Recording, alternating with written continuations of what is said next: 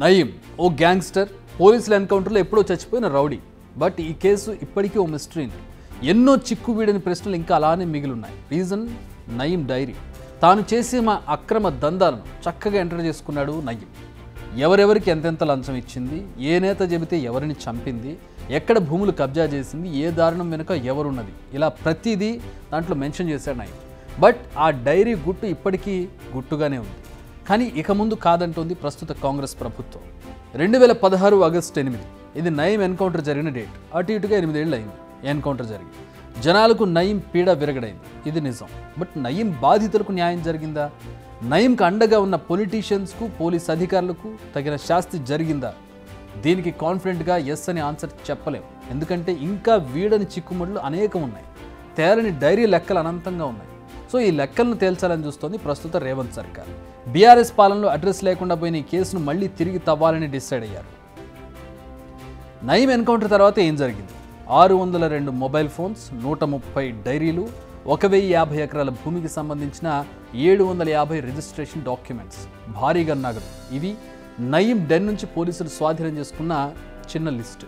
అసలు నిజంగా పోలీసులు సీజ్ చేసిన సొమ్ము ఎంత, బంగారం ఎంత, డెన్లో దొరికిన పెన్ డ్రైవ్లు ఎన్ని, అందులో ఏముంది, సీజ్ చేసిన వాటిని ఎక్కడ పెట్టారు, ఇలా అనేక ప్రశ్నలు ఇప్పటికీ కూడా మిస్టరీ. ఇవన్నీ పక్కన పెడితే అసలు నయీం డైరీలో ఏముందన్నది అత్యంత గోప్యంగా ఉంచారు.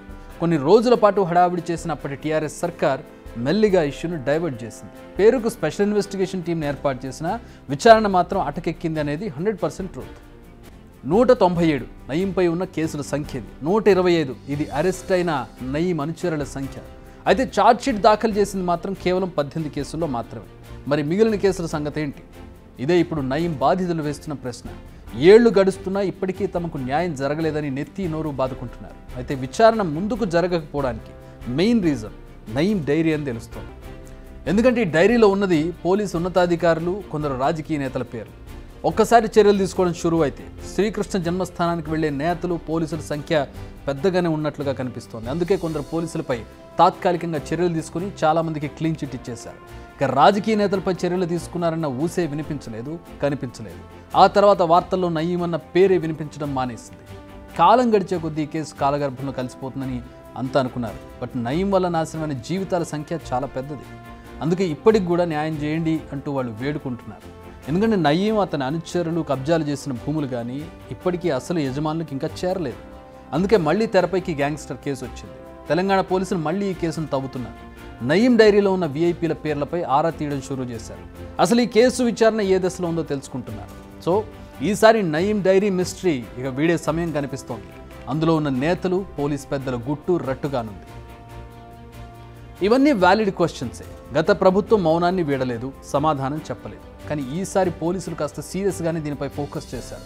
విషయాలన్నింటినీ తవ్వి తీయాలని ప్రభుత్వం కూడా క్లియర్ కట్గా ఆదేశించింది. సో త్వరలోనే చాలా బ్రేకింగ్ న్యూస్ మనం చూడబోతున్నాం అన్నమాట. ఇంత పెద్ద గ్యాంగ్స్టర్స్ కావడానికి, ఒక నేర సామ్రాజ్యాన్ని స్థాపించడానికి హెల్ప్ చేసిన పోలీస్ అధికారులు ఎవరు, అట్లాగే మన పొలిటీషియన్స్ ఎవరు? నయీం ఇంట్లో 103 సెల్ ఫోన్స్ దొరికినాయి. మామూలు కేసులో సెల్ ఫోన్ దొరకగానే దాన్ని కాల్ డేటా తీస్తారు, తీసి ఏమంటారు తీగలాగితే డొంకంతా కదిలినట్టు బయటకు తీస్తారు. మరి 103 సెల్ ఫోన్స్లో ఆయన ఎవరెవరితో మాట్లాడినాడు, ఏం జరిగింది, అది తీయాలి కదా. ఏమీ తీయలేదు. అంటే ఇంటెన్షనల్గా నయీంని చంపడం కూడా అది ఎన్కౌంటర్ అంటారు. అందరికి తెలిసి ఎన్కౌంటర్ అన్నది ఏమిటి అన్నది. చనిపోయిన తర్వాత ఏదైతే ఒక్కొక్క రహస్యాలు బయటపడుతుంటే అబ్బాయి ఇదంతా మొత్తం అల్లకల్లోలమయ్యేటట్టున్నదని ఎక్కడికక్కడ ఆపేసినారు. ఇప్పుడు మళ్ళీ చర్చ వస్తూ ఉంది నయీం డైరీస్లలో ఏమున్నది, ఎవరు పెద్దవాళ్ళు ఉన్నారని. అంటే రాజకీయ నాయకులు ఈ క్రిమినల్స్తో ఫస్ట్ స్టేజ్లో అంటగాగుతారు, క్రిమినల్స్తో పని తీసుకుంటారు. మళ్ళీ వాడు ఎన్కౌంటర్ అయిపోయిన తర్వాత వాడి దగ్గర ఏమన్నా ఎవిడెన్స్ ఉంటే అది బయటకు రాకుండా చూస్తారు. ఈ పార్టీ ఆ పార్టీ అని కాదు, బహుశా ఆ డైరీస్ అన్ని బయటకు వస్తే చాలా పార్టీల ఆరోపణలు, సవాళ్లు రాజకీయాల్లో కామన్. ఏపీ పాలిటిక్స్లో అయితే మరీ కామన్. తొడలు కొట్టడాలు, అర్థం లేని ఆరోపణలు చేసుకోవడంలో వాళ్ళకు వాళ్ళే సాటి. అయితే ఇవన్నీ పాలిటిక్స్లో కామన్. బట్ ఈసారి ఈ పంచాయతీలో ఏకంగా ఏపీ సీఎస్ ఉండడం కాస్త ఇంట్రెస్టింగ్. ఎందుకు ఏపీ సీఎస్కు జనసేన పార్టీకి చెందిన ఒక కార్పొరేటర్కి మధ్య జరుగుతున్న యుద్ధం ఏంటి? అసలు సీఎస్ ఎందుకు ప్రతిసారి విపక్షాలకు టార్గెట్ అవుతున్నారు? బిగ్ టీవీ అవుట్లుక్ కథనాలు నచ్చితే వెంటనే బిగ్ టీవీ ఛానల్ ను సబ్స్క్రైబ్ చేయండి.